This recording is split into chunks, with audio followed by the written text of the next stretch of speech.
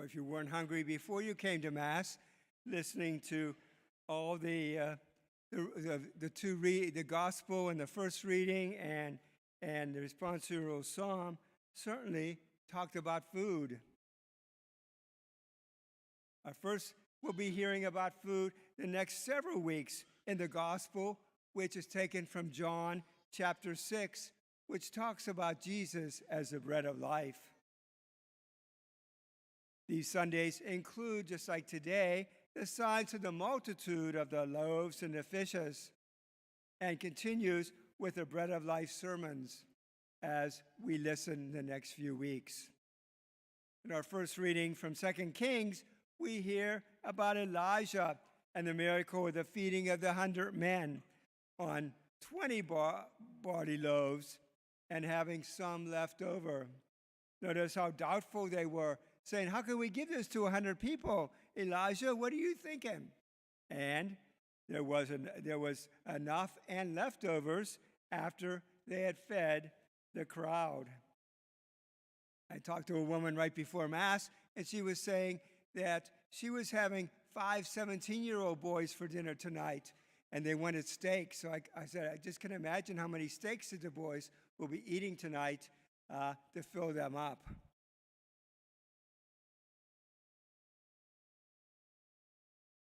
As we listen to the gospel, we hear the story of the last miracle that Jesus did in the region of Galilee with the multiplication of the loaves and the fishes. It's the only story that we find in all the 4 Gospels. John's Gospel, the last Gospel written around the year 100, mentions that the Jewish festival of Passover was near. The Eucharist, of course, was looked upon as the Christian Passover, a reminder us of the Exodus event where the people were fed with the manna from heaven in the desert for over 40 years. Jesus says what we say at every Mass. It says he took the bread, gave thanks, and then handed out to those around him. In the other 3 Gospels, the disciples were the ones that handed out the bread to the people. Notice that there are fragments left over, just like we heard in our first reading. The fragments are seen as holy and kept to be used later on, just as we keep the fragments of the Holy Eucharist that we receive at every Mass, and we place them in the tabernacle as something holy and knowing that Jesus is in our presence. The people received Jesus as a prophet like Moses and Elijah was. They believed that a new miracle of manna would occur when the Messiah came, which of course we know as the Eucharist today, that he did at the Last Supper when he said, "Do this in memory of me." Of course, in the Gospel of John, we don't hear about the Last Supper except for the part that it says that he washed their feet at the supper. Notice that in our first reading and gospel that barley loaves were used, and this was the bread of the poor. The early Christian church used barley loaves, not the unleavened bread that we use today in the Eucharist. John's the only gospel that also mentions the barley loaves. You can also notice that the boy was the one who offered the little food that he had to help to serve the others. Maybe there was other people also there that also had food, but they hid the food because they knew that it wouldn't feed all the people. But Jesus had another idea in mind.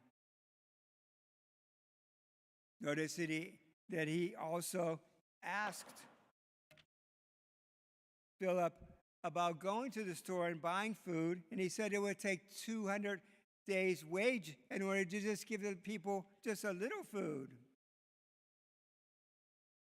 Do we often think of Jesus for what he can give us, like those people did? Because after that, Jesus got in a boat and went around to the other side, and all the people ran to the other side, and he said, all you're waiting for is another miracle and to be fed again. The Eucharist is the bread of life, that we celebrate here today at our Eucharistic table. Our God is a generous God who always wants to provide for us and always give us what we need. As God is generous for us, so we need to be generous also to others, like the boy was, in giving what we have to others, knowing that God will always provide for us. As Jesus is generous, let us share what we have. And as St. Paul said in the epistle in the Ephesians today, in our second reading, that we are one body, one spirit in Christ. We have one Lord, one faith, one baptism, one God who is Father, who is over all and through all and in all.